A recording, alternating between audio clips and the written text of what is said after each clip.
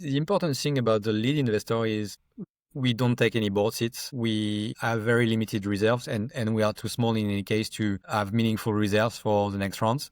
So we need to understand how the lead investor will behave over time, how they will support companies in when times will be more difficult, how they can put more money at work to bridge, for instance, at some point. So understanding how the lead will behave is very important. And the lead for me is more the partner within the organization, within the firm, more than the firm itself, because they have all their internal politics.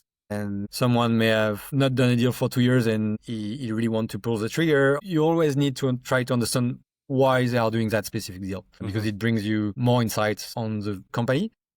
And as well, you try to understand why they do the deal, because it will translate a certain risk reward they have in mind. And maybe it's not the risk reward you want to have for portfolio construction, for instance. So yeah, important to understand who is doing the deal and why, and not only for the laziness of just following someone that you should trust. Okay, no, interesting.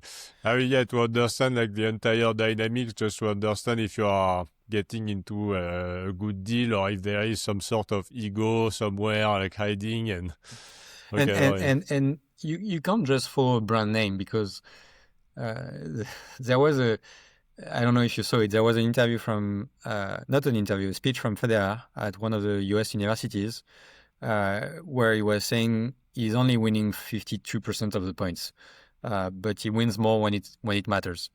And this is the same. The top firms don't have a much higher hit rate ratio than the less performing firms, but they perform when it matters. So you can't just and so they will lose a lot. So you can't just be relying on, it's a brand name, I just follow them. You need to do your own work as well and have a proper rationale for any investment.